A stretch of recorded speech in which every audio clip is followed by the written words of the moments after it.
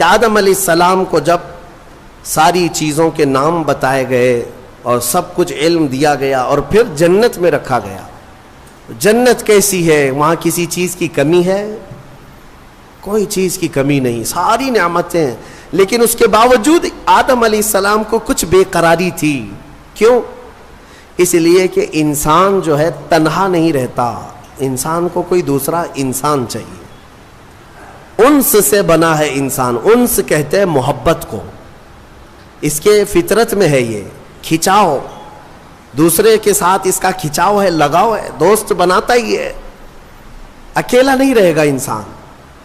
تو آدم علیہ السلام کو جو یہ بے قراری تھی وہ تنہا ہونے کی، پھر ایک دن اللہ رب العزت نے ان کی بائیں پسلی سے کچھ حصہ نکالا اور اس سے ایک عورت کو بنایا گیا، وہ حضرت حوا تھی۔ ہاں اتنی بات میں آپ کو بتا دوں، آدم علیہ السلام کی پیدائش وہ کس جگہ ہوئی اللہ بہتر جانے، کوئی تو جگہ ہوگی، لیکن عورت کی پیدائش تو جنت کے اندر ہوئی۔ کہاں ہوئی ہے؟ جنت کے اندر ہوئی ہے۔ ہاں جنت میں پیدا ہوئی ہے عورت، یہ اس کا مقام ہے، اور یہ جنتی چیز ہے۔ اللہ تبارک و تعالیٰ نے اس میں جو خوبصورتی رکھی ہے عورت کے اندر، وہ جنت کی کشش ہے۔ جب جوان حضرت حوا کو دیکھتے ہیں، آپ کو پتا ہے حضرت حوا دنیا کی سب سے خوبصورت عورتوں میں سے ایک ہے، سب سے خوبصورت تھی۔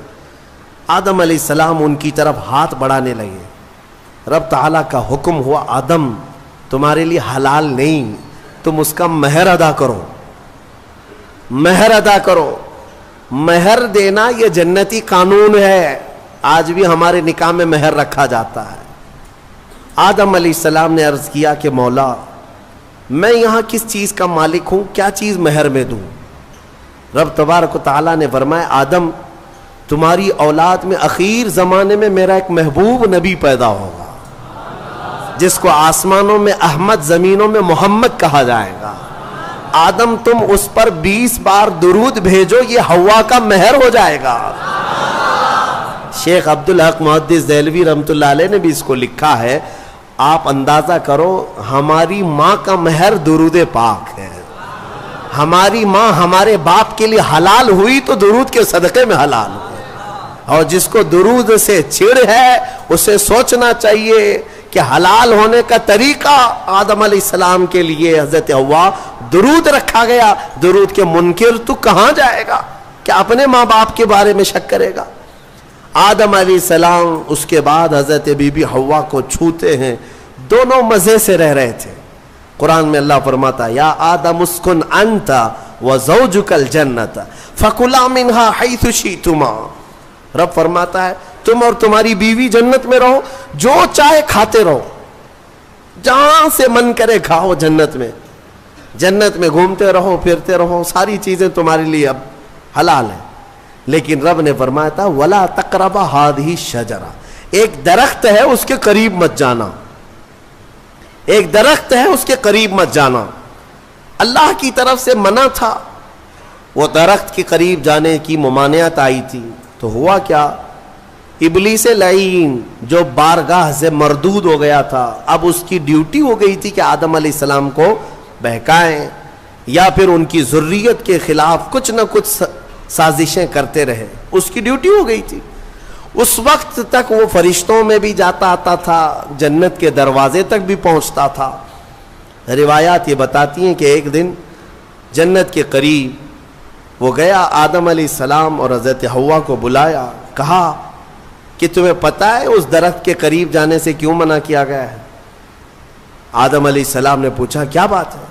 کہا اس درخت میں ایک پھل ہے، اگر تم کھا لو گے نا الا ان تکونا ملکین او تکونا من الخالدین، تم یا تو فرشتے بن جاؤ گے یا ہمیشہ جنتی بن جاؤ گے۔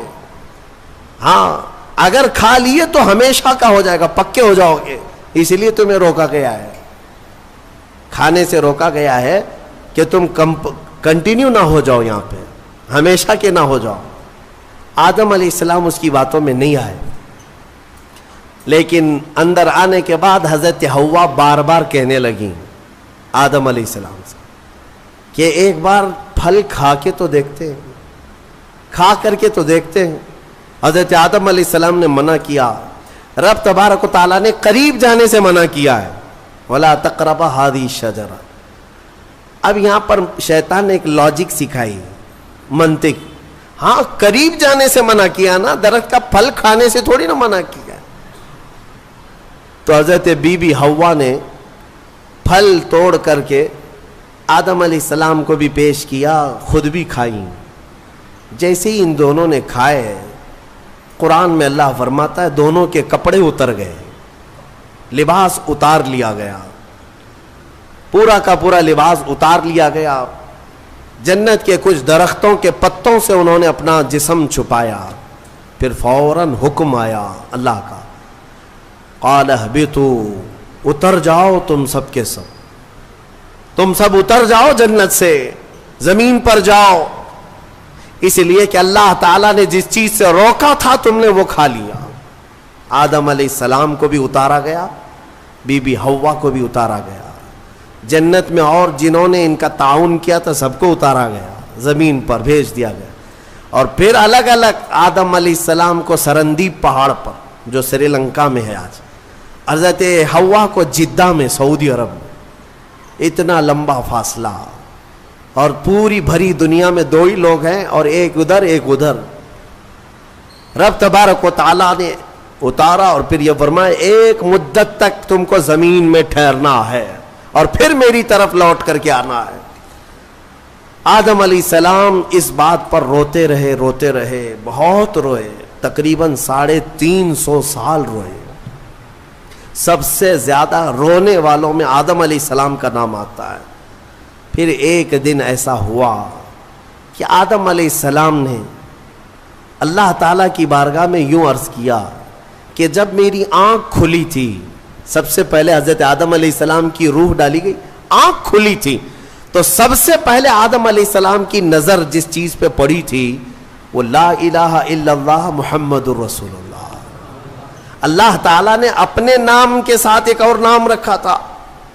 آدم علیہ السلام نے اللہ کی بارگاہ میں یوں عرض کیا کہ مولا, جس کا نام تو اپنے نام کے ساتھ آسمانوں میں رکھا اس کے طفیل میری توبہ قبول فرما. فوراً رب تبارک و تعالیٰ نے جبرائیل امین کو بھیجا, جاؤ آدم کی توبہ قبول ہوئی, اس لیے کہ محبوب کا وسیلہ لیا گیا. ہاں اسی لیے ہمارے امام بریلی کے تاجدار فرماتے ہیں وہ جہنم میں گیا جو ان سے مستغنی ہوا, ہے خلیل اللہ کو حاجت رسول اللہ کی, ہے خلیل اللہ کو حاجت رسول اللہ کی, عرش حق ہے مسند رفعت رسول اللہ کی, دیکھنی ہے حشر میں عزت رسول اللہ کی. یہ اتنا ہی نہیں میرے عزیزو, تمہیں کیا خبر, قیامت کے دن کے بارے میں بھی اعلیٰ حضرت فرماتے ہیں خلیل و نجی مسیح و صفی سبھی سے کہیں نہ بنی. قیامت کے دن یہ قوم کہاں کہاں جائے گی, سارے نبیوں کے پاس جائے گی, سب کیا کہیں گے میرے علاوہ کسی اور کے پاس جاؤ.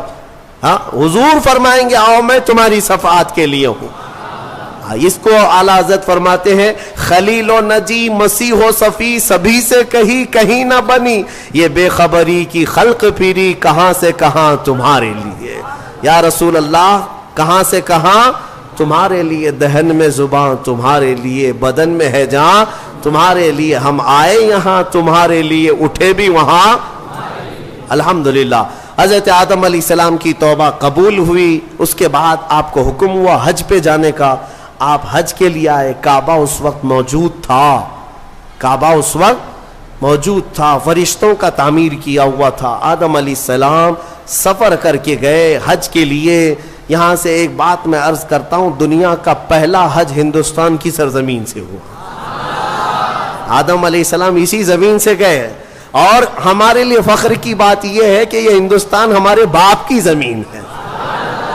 ہاں آدم علیہ السلام باپ ہے کہ نہیں ہے, ہمارے باپ کی زمین ہے. الحمدللہ ہم اپنے باپ کی زمین پر قائم ہیں, ہاں کسی کے باپ کی نہیں ہے. اور فخر سے رہو, خوشی سے رہو, اللہ تبارک و تعالیٰ نے زمین پر تمہیں قرار دیا. آدم علیہ السلام جب وہاں پہنچے تو عرفات کے میدان میں حضرت حوا سے ملاقات ہوئی. پھر اس کے بعد زندگی کی ابتدا ہوئی. اولاد شروع ہوئی آدم علیہ السلام کی، پھر نسل انسانی کا ایک بہت بڑا سلسلہ شروع ہوا.